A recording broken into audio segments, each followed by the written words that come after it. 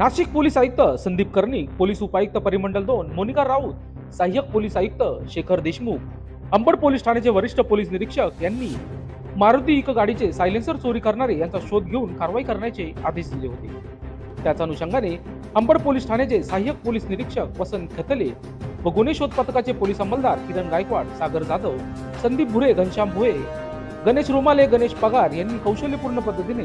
गुन्हा register number 712/2023 भादवी कलम 379 प्रमाणे दाखल गुन्ह्याचा तपास करून मारुती इको गाडीचे सायलेन्सर चोरी करणाऱ्या टोळीला अटक करण्यात आली असून त्यामधील मनीष रवींद्र महाजन उर्फ सनी, वय वर्ष 19, राहणार शिरूर नाका, श्रीराम कॉलनी, अंमळनेर, जिल्हा जळगाव, रोहित विलास पाटील, वय वर्ष 22, राहणार श्रमिक नगर, स्वाध्याय केंद्राजवळ सातपूर, नाशिक, प्रशांत रघुनाथ चौधरी, वय वर्ष 20, राहणार